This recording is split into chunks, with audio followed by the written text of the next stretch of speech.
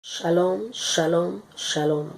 Bien-aimés, je vous accueille au nom puissant de Jésus-Christ dans cette autre édition de Une parole pour un changement radical. Ça a été un plaisir pour moi de partager avec vous depuis quelques semaines concernant les 10 commandements. Aujourd'hui, nous achevons avec le 10e commandement. Et je remercie le Seigneur qui nous a bénis et qui s'est révélé à nous à la lumière de sa parole et qui nous a permis de recevoir cette parole qui nous a changés et qui nous a transformés par sa puissance. C'est sa parole qui est une épée à double tranchant. Bien-aimés, je vous salue au nom de Jésus-Christ. Une fois de plus.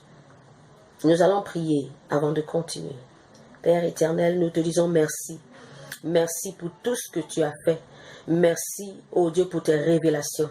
Merci, oh Dieu, pour les vies des personnes qui ont été changées. Seigneur, à la lumière de ta parole concernant les 10 commandements que nous avons étudiés depuis quelques semaines. Merci, Papa, pour les révélations que tu nous as données. Merci pour la grâce que tu as déversée dans nos vies et les changements qui nous ont été apportés. Reçois la louange, la gloire et l'adoration. Comme ce soir, nous parlons, ô Dieu, de la convoitise, le 10e commandement. Merci, ô Roi de gloire, de prendre le contrôle et de continuer à te révéler dans ta grande fidélité au nom de Jésus-Christ. Amen. Exode chapitre 20 au verset 17, la parole de Dieu déclare: Tu ne convoiteras point la maison de ton prochain, tu ne convoiteras point la femme de ton prochain, ni son serviteur, ni sa servante, ni son bœuf, ni son âne, ni aucune chose qui appartienne à ton prochain. Donc aujourd'hui, nous parlons du 10e commandement. Le 10e commandement. Alors, j'ai remarqué une chose dans la vie et dans la Bible, c'est que tout péché qui a été commis l'a été parce que il y a eu une manifestation de la convoitise. Donc, j'ai remarqué que la convoitise, c'est la mère ou la fondation de plusieurs péchés qui ont été commises jusqu'aujourd'hui.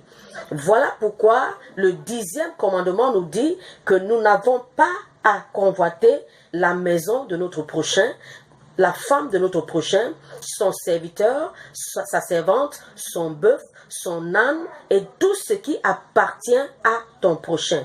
Parce que en convoitant, nous commettons le mal.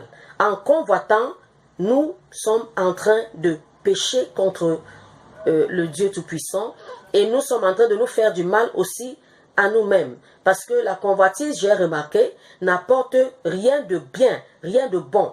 La convoitise a beaucoup à voir avec l'imagination. C'est-à-dire qu'après la convoitise vient l'imagination.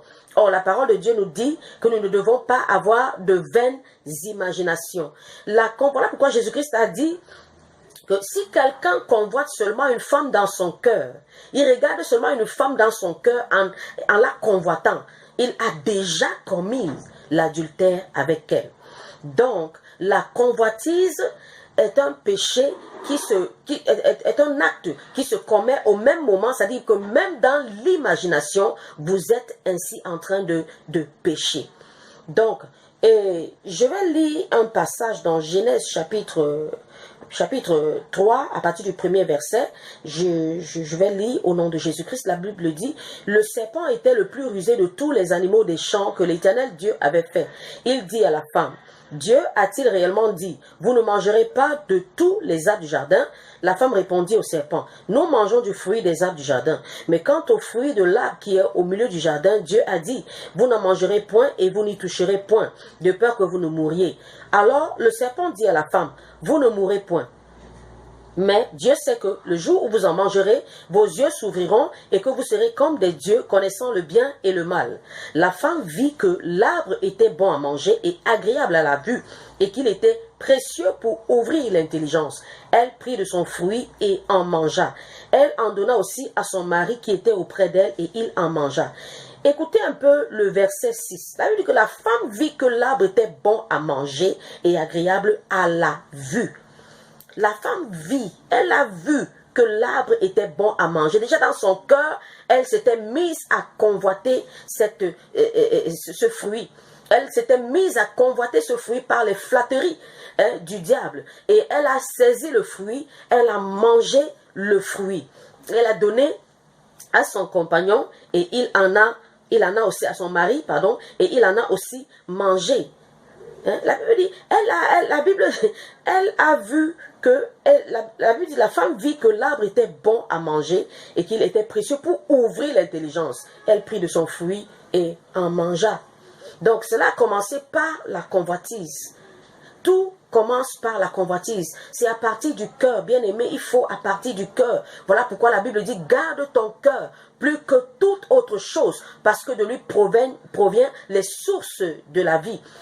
La convoitise, c'est à partir du cœur, à partir du regard, à partir du cœur. Lorsque vous regardez et que vous convoitez, cela produit le péché. Et lorsque le péché est pleinement consommé, cela produit la mort, selon la parole de Dieu. Donc, évitez le regard, de regarder aux choses, à certaines choses. Évitez de convoiter les choses. Lorsque ton regard s'appuie ou s'attache sur quelque chose et qui produit la convoitise, bien aimé, il faut détourner ton regard. Il ferait mieux de détourner ton regard de tout ce qui produira la convoitise dans ton cœur. Parce que déjà, lorsque le regard s'y attarde, le cœur s'y attache et l'acte est déjà commis, même déjà à partir du cœur, dans l'imagination. Donc, la convoitise, c'est la mère de toutes sortes de péchés. Nous devons combattre cela en mettant la parole de Dieu en nous, en étant conscients à chaque instant que nous sommes un vase saint, que nous sommes des personnes sanctifiées, que Dieu nous a sanctifiés et que nous devons nous détourner de tout ce qui ne le glorifie pas. Dans ce monde, il y a tellement de choses attrayantes. Dans ce monde, il y a tellement de choses qui sont, comment dire, attrayantes, qui sont, qui nous détournent de Dieu seulement par le fait de les regarder, seulement par le fait de les considérer, le fait de les mettre dans nos cœurs. Donc, nous devons éviter toutes ces choses en cherchant et en mettant la parole de Dieu abondamment en nous. Le secret, c'est de méditer la parole de Dieu et de faire en sorte que la parole de Dieu habite en nous abondamment, qu'elle habite en nous pleinement. Et il y a aussi autre chose. Autre chose, c'est quoi? C'est la deuxième chose à faire pour éviter d'être toujours en train de convoiter ceci ou cela, d'être toujours en train de convoiter ci ou ça. D'abord, la première chose, comme je le disais, c'est de mettre la parole de Dieu dans le cœur, c'est de garder la parole de Dieu dans le cœur toujours. La parole de Dieu dit dans le psaume, il dit, je sais ta parole dans mon cœur, afin de ne pas pécher contre toi. Donc, la première chose, c'est de mettre et d'emmagasiner la parole de Dieu dans notre esprit. Si la parole de Dieu occupe ton cœur, bien-aimé, tu ne seras pas en train de convoiter et en train d'avoir de vaines imaginations au travers de la convoitise. La deuxième chose à faire, c'est pour ceux qui ont reçu le Saint-Esprit, c'est de prier en langue. Les prières en langue font en sorte que vous puissiez éviter beaucoup de choses. Donc, toujours être en train de prier en esprit. Toujours en train de prier en esprit. Oui, il ne vous est pas interdit de prier en esprit, même n'importe où vous êtes, partout où vous vous trouvez, vous pouvez toujours prier en esprit. Que vous soyez au boulot, que vous soyez à la maison, en train de cuisiner, que vous soyez dans votre lieu de business, même dans votre cœur, vous pouvez toujours être en train de prier en esprit, afin d'éviter la convoitise. Parce que lorsque la convoitise s'installe en quelqu'un, lorsque la convoitise s'installe en vous, il vous sera difficile de résister à toutes sortes de péchés. Donc la parole de Dieu dit dans 1 Jean 2 au verset 16,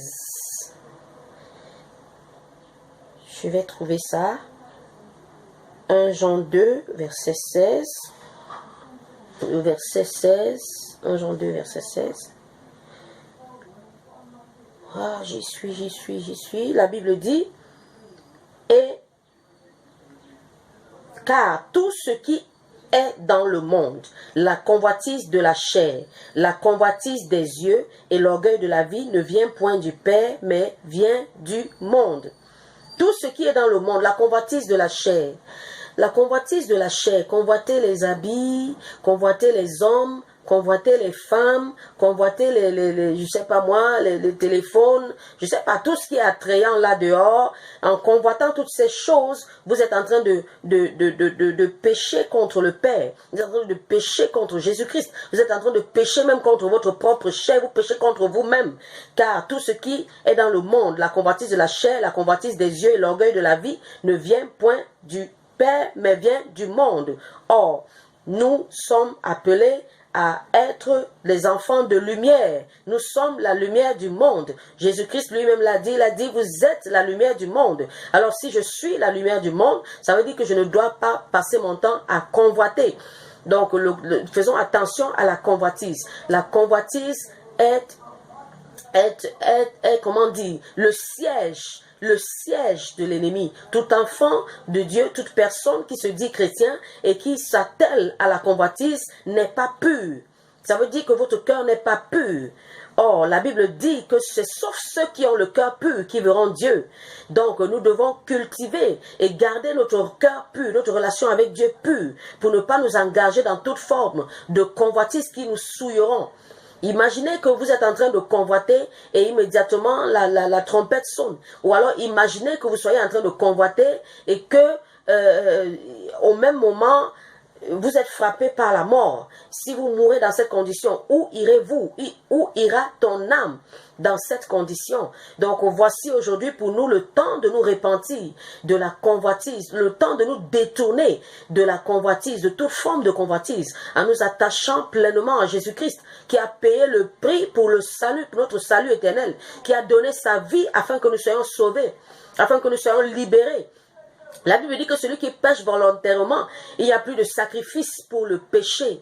Il n'y a plus de sacrifice du tout pour le péché. Donc nous devons nous détourner de toute forme de convoitise. Ne pas convoiter les femmes des autres. Ne pas convoiter les maris des autres. Ne pas convoiter les voisins. Ne pas convoiter ce qu'ils ont. Parce que même la convoitise pousse aussi à la jalousie. Et lorsque vous êtes jaloux, vous pouvez commettre n'importe quoi. Vous pouvez faire n'importe quoi. Vous pouvez apporter la destruction lorsque vous êtes jaloux. Donc évitons la convoitise. La convoitise n'est pas pour nous apporter le bonheur. La convoitise est là pour nous détruire, pour nous détruire et pour apporter le malheur dans notre vie. Or, Jésus-Christ est venu afin que ces brebis aient la vie et qu'elles soient dans l'abondance. Donc, lorsque vous écoutez cette parole, et pendant que vous écoutez cette parole, j'espère que vous êtes en train d'être convaincus. Vous savez, le 10e commandement, Dieu dit, tu ne convoiteras point. Tu ne convoiteras point ni la femme de ton prochain, ni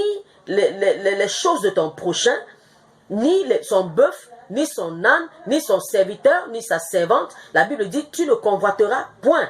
Donc nous ne sommes pas appelés à la convoitise, mais nous sommes appelés à la vérité. Nous sommes appelés à la sanctification. Nous sommes appelés à vivre, mener une vie qui plaît à Dieu, qui glorifie Dieu, afin que notre fin soit une fin comme celle que Dieu a préparée pour nous, une fin de vérité, afin que nous puissions entrer dans le royaume de gloire, afin que l'accès du royaume ne nous soit pas bloqué, ne nous soit pas fermé. Au dernier jour, il est inutile de vivre dans ce monde en pratiquant toutes sortes de péchés et par la suite, lorsque vous mourrez, vous allez devant Dieu pour répondre aux questions et que vous soyez incapable d'y répondre. Ne tachons pas nos vêtements, gardons nos vêtements blancs, gardons nos vêtements purs, parce que nous savons que le temps arrive où nous allons répondre de tous nos actes devant le Dieu Tout-Puissant. Si tu as écouté cette parole et que tu as été touché et convaincu, voici le temps pour toi de te repentir, voici le temps pour toi de donner ta vie à Jésus, de l'accepter comme ton Seigneur et ton Sauveur personnel, afin que tu sois libéré de tout ce qui ne vient pas de Dieu. Tu peux simplement couvrir la tête et répéter après moi cette prière en disant: Père, je viens à toi, Seigneur, au nom de Jésus-Christ. Je te demande pardon aujourd'hui pour toute convoitise dans ma vie et pour tout péché quelconque que j'ai commis. Lave-moi entièrement de tout péché, Je t'accepte aujourd'hui dans ma vie comme mon Seigneur et mon Sauveur personnel. Merci Seigneur Jésus-Christ. Je te donne toute ma vie. Fais de moi une nouvelle créature. Merci Seigneur Jésus-Christ. Au nom de Jésus-Christ. Je vais prier pour vous. Papa, je te confie au nom de Jésus. Tous ceux-ci, ô Dieu, qui se sont repentis de toute forme de convoitise, de toute forme de péché, afin que ta grâce leur soit accordée, afin que ton aide leur soit accordée, afin que ta miséricorde leur soit accordée, et qu'un changement radical se produise dans leur vie à partir de cet instant, au nom de Jésus-Christ. Amen.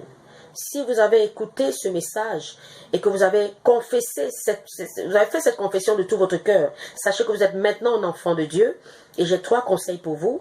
Priez chaque jour pour maintenir une bonne relation avec Dieu. C'était le premier conseil. Le deuxième conseil, méditez la parole de Dieu, lisez la Bible chaque jour afin de recevoir cette parole qui va davantage changer vos vies. Troisième conseil, priez et demandez au Seigneur de vous montrer une église où vous irez pour recevoir davantage la parole, parce que nous vivons par la parole, afin que cette parole change et transforme votre vie de façon radicale. Au nom de Jésus-Christ, soyez bénis. Amen.